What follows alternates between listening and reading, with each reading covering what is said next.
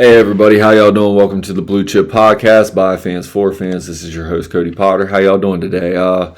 Big pro day week. Getting into the draft, a little bit of all the free agency. The first window, the first wave of free agency is pretty much done. You got the big signings. You got the signings that are really going to shape your team. We've definitely gone over that. Finally, to the things that I really love talking about. This is draft season, man. This is what everything I do, all the scouting, all the work that I do during the year, all the tape that I watch, all the games, all the highlights, all the things that I break down, all 22, all the work that I do, man. This is what it all comes down to. So it is pro day week. We're gonna get into this. Just to make it simple, man. We're gonna start, man. We're gonna start with my favorite team because this is where it starts, man. Rueben Bain Jr., man. We're gonna hear reports of contingencies as far as who is where. I would expect, because you have Monday, you got Iowa, LSU, Miami, and Toledo. I would expect Dan Quinn and Adam Peters to be at the Miami Pro Day. You got Maui Noah, you got Keontae Scott, you got Rueben Bain Jr., you got Akeem Mazador, you got C.J. Daniels. You got you're going to have contingency at this. C.J. Daniels is a guy that I really love for us at pick 71. If we don't go wide receiver in round one, there's going to be things about Rueben Bain Jr. They talked about the arm length at the combine. I think the combine measurables have been noted to be coming up short a little bit this year. Maui Noah, not Maui Noah, but Spencer Fanu, his arms were 3/4 of an inch longer at his pro day measurement than they were at the combine. So again, this is a place where Rueben Bain Jr. is going to work out, and you're going to see this guy on the field. You're going to see him go through the drills. This is where the on-field workout is going to be. You're going to get the measurements. You're going to get the measurements that the teams are probably going to actually go off of. This is going to be a big week for Rueben Bain Jr. This is a guy that I've talked about all year. I've told you how much I would love him, not just because I'm a Miami U guy, because he is a cornerstone football player. Again, I got him graded as a red, simply because there are some measurable deficiencies. You don't really see a guy with these measurables coming out and playing the edge, but the way that Washington is going to be deploying their front, whether it's going to be 3-4, 4-3, there's a spot for him at both 3-4 end or 3-4 outside linebacker. He has the versatility to play both of those spots, and I think he has the explosive traits to be able to play 3-4 outside linebacker in a base front. We've talked about Durante Jones running, if it's going to be, very, very similar to what Brian Flores does, and Mike Zimmer was a key for this too. We're talking about a higher percentage of play coming from your base package. Again, Keontae Scott, another kind of slot, kind of star player, position player that you're looking for. Man is basically like he's a corner, but he's built like a safety. Can blitz the passer. Very ton of versatility. Again, Keontae Scott's a guy that I think as the season went on, I think the tape really stood out to a lot more people. He's getting a lot more pub.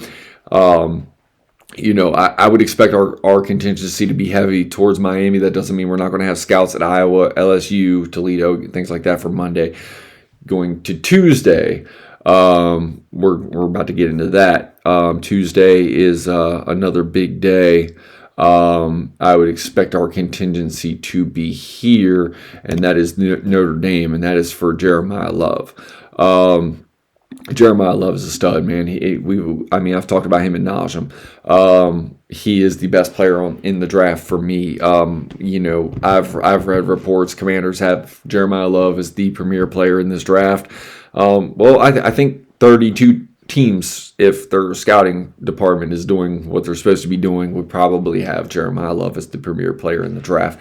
Not to say that we're not, again, not that we're not going to have scouts at the Auburn game or the Auburn Pro Day. Not that we're not going to have scouts at the Texas Pro Day, because you got guys like Anthony Hill Jr. You got a ton of studs, man. Malik Muhammad. You got a ton of guys coming out of Texas that, you better be doing your homework with, man. You better have scouts there. You better have guys meeting with them. But again, I would expect our contingency to be at the Notre Dame Pro Day. I think there's a real, I think there's a real world scenario where Jeremiah Love is the pick with Washington. Just like I think there's a real world pick, with Ruben Bain being available, possibly. I think that's a little bit more of a stretch. I do believe that the 3 top edge rushers are going to be gone, but there is a world where, because of Ruben Bain Jr.'s measurables, he might not be available to us. So again, this is another world where, we're going to be in on these guys. I would expect our pro day focus to be Miami. And then again on Tuesday, Notre Dame, you got Auburn and Texas. We're going to have guys at both. We'll see what the contingency ends up being when, as it starts getting reported.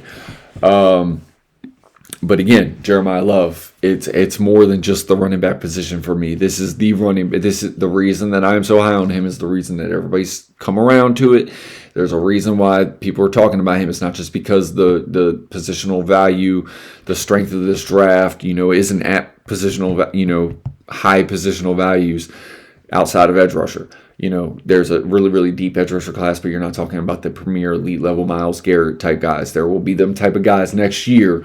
We're talking about the SC guy from the boy from SC, Stewart. He's a stud. There will be the guys at edge rusher position that are top tier in next year's class. That's why teams are not coming off of next year's picks. You're not going to see a bunch of picks in this first round where it's involving 2027 draft picks, because next year's draft class at the wide receiver position, at the edge rusher position, the quarterback position, it's going to be loaded. A bunch of guys that could have been really, really high picks and, really, really supplemented this draft at the quarterback position didn't come out this year. But again, Jeremiah Love, I think there's a real opportunity where he becomes our first round pick. And then, we get to Wednesday. We're starting to get to Wednesday. This is the day for this boy right here, Caleb Downs, man. Did not go through the drills at the combine. You have Alabama, Arizona, and Texas A&M. Again, we're going to have contingency at Texas A&M.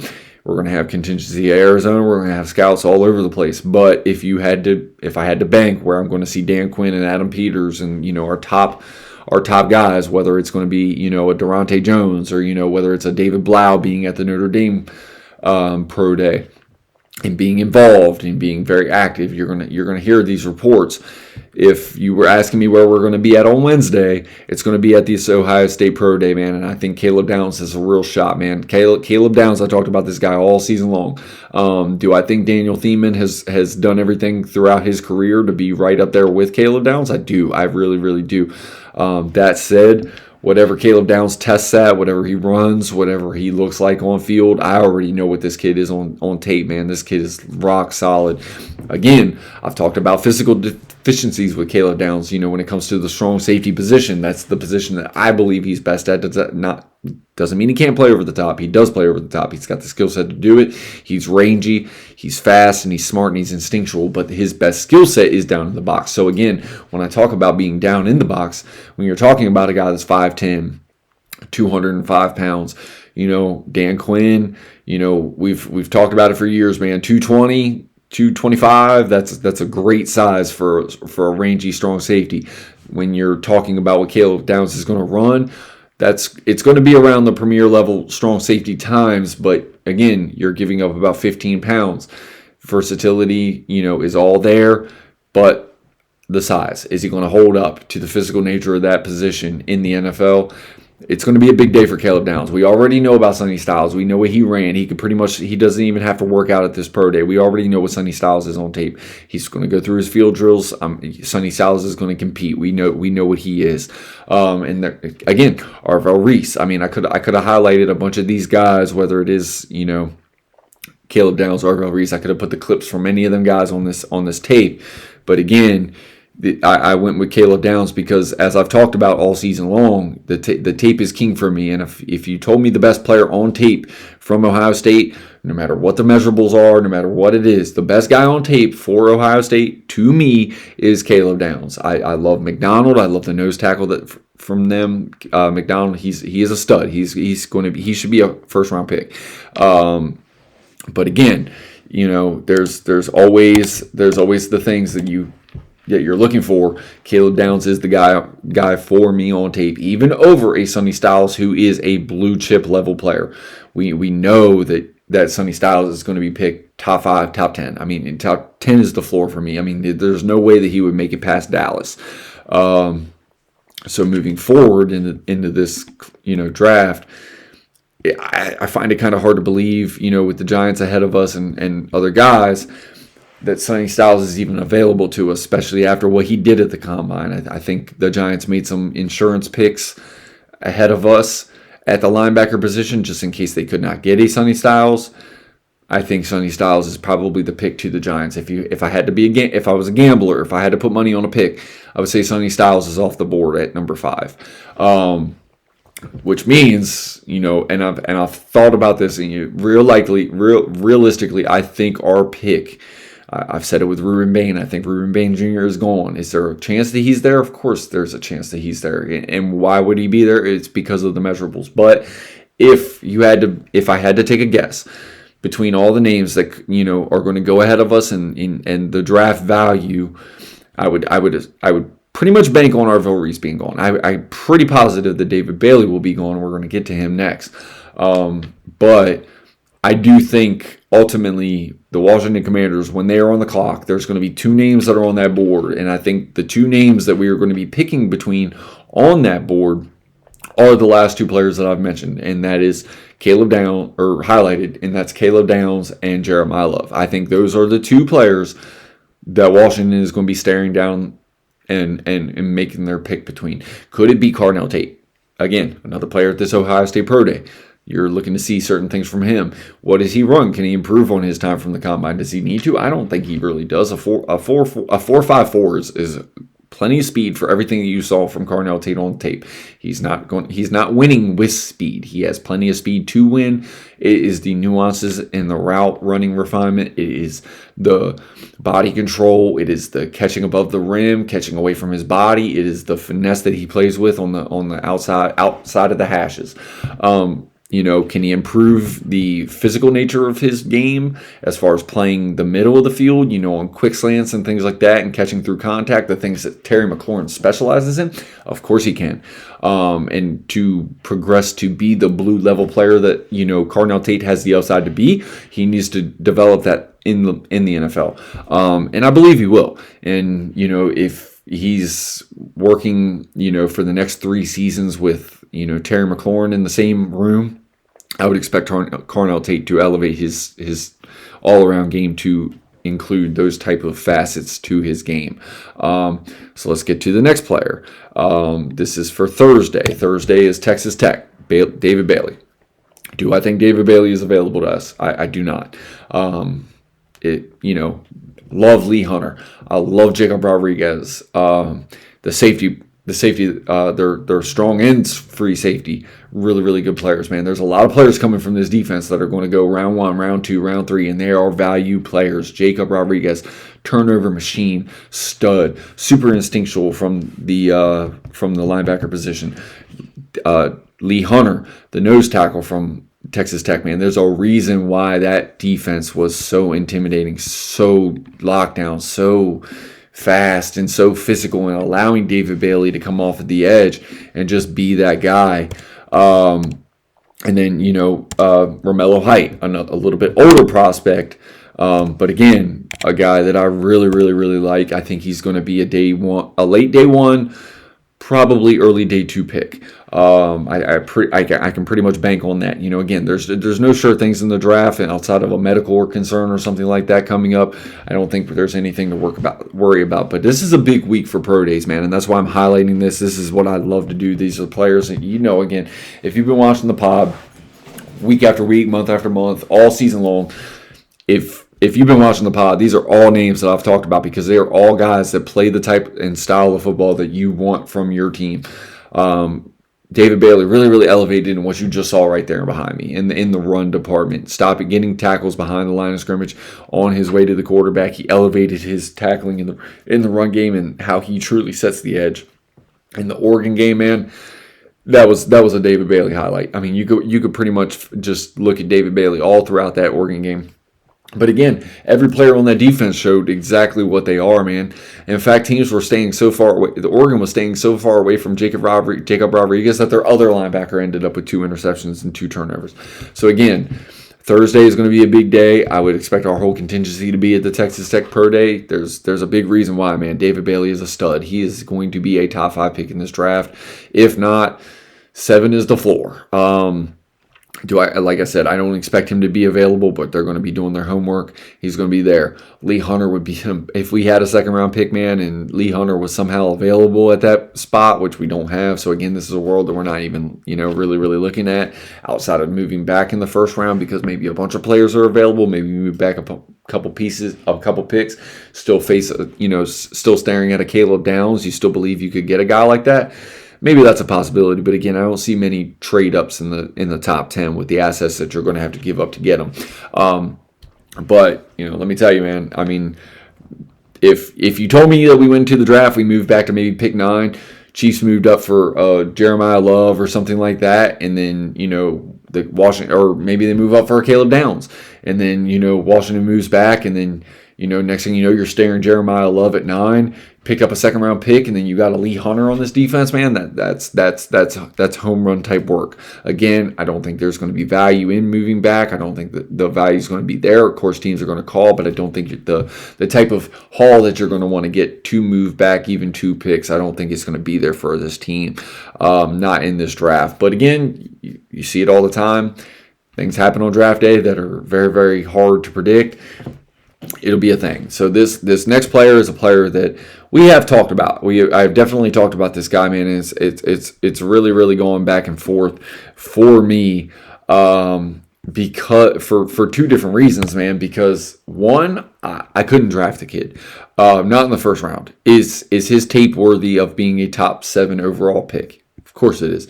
Jordan Tyson from Arizona State. This is the Friday Pro Day. So again, I highlighted a team every day. I think we're going to be loaded there. There are definitely players at the Arizona State Pro Day that we're going to have our eye on, whether it's the running back, whether it's the offensive tackle. I think their offensive tackle is actually going round 1. I think the floor for him is somewhere around the Bills, somewhere around the 49ers, Bills, in that range, end of first round.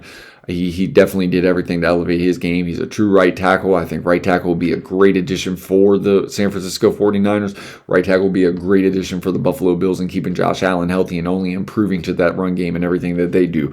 But elevating the play of Josh Allen and James Cook would be a huge thing for them. Jordan Tyson for us, I don't have it. I don't have it in me. The injury concerns, I know what he looks like on tape. Tape is always the trump card that pans it. But my number 2 important trait is availability. I know on tape what he looks like. He is also coming out of the Big 12. If it was the SEC, it would be a little bit different. I know there's a different physical level of football from the SEC to the Big 12. I know he's got the body control. I know he's got the hands. I know he's got everything that you look for.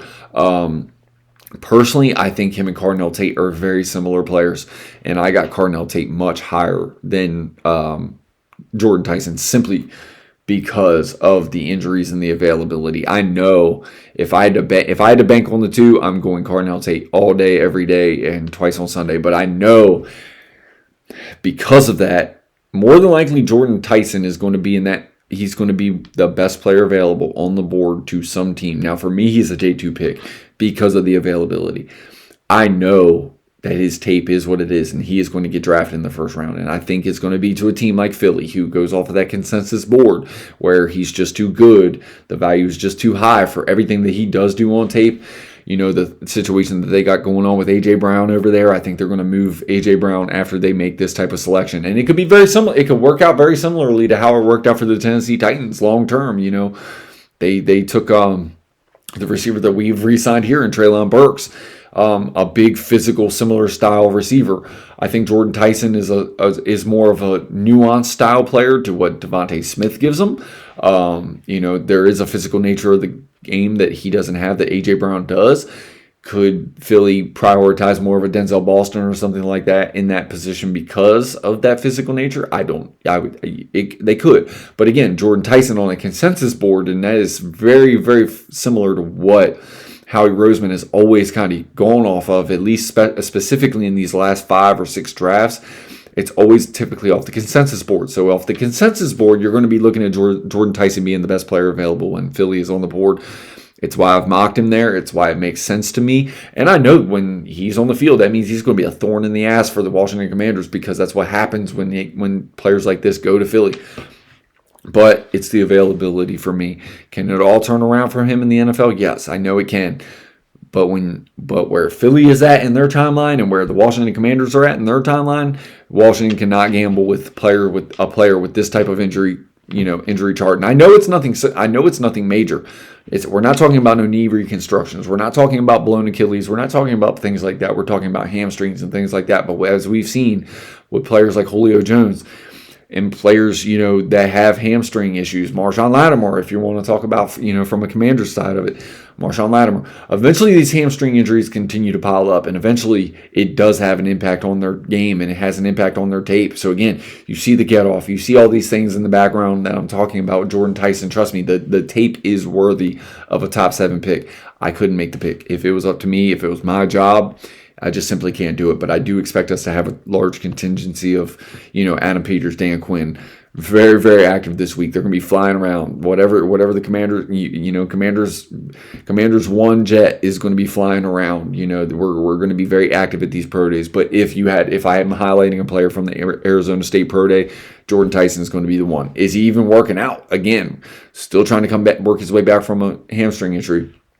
The narrative come Friday, if he does work out and he blows it up at the workout, he runs a good time and things like that, if he does all the things and he does participate in the on-field drills, I know Friday on NFL Total, on NFL Network and, guys like Tommy Shea and all the guys, PFF and everybody else, if Jordan Tyson goes out there and blows it up, everybody's going to be talking about this guy in the top 10. I understand that. And I'm mentioning this now. He, no matter what he does, for me, is a day 2 pick. It's the injuries. It's simply this.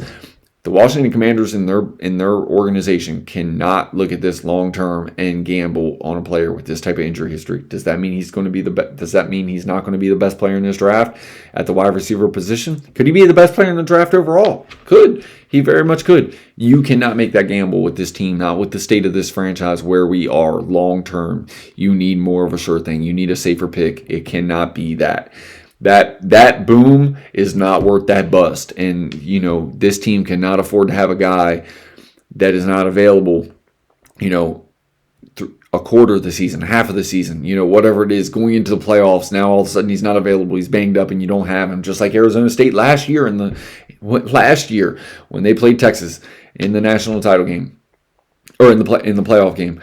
And, they gave Texas everything that they could handle. Ultimately, it came down to Arizona State not having Jordan Tyson on that football field, and that was the key difference because Arizona State, even without Jordan Tyson, gave Texas everything they could handle, 4 quarters of football, and they gave it to him. Jordan Tyson not being available after putting a top 10 value on him and making that selection, it's just not something this team can afford. So again, this is my talk for this week for the pro days, man. We're pretty much draft from here on out.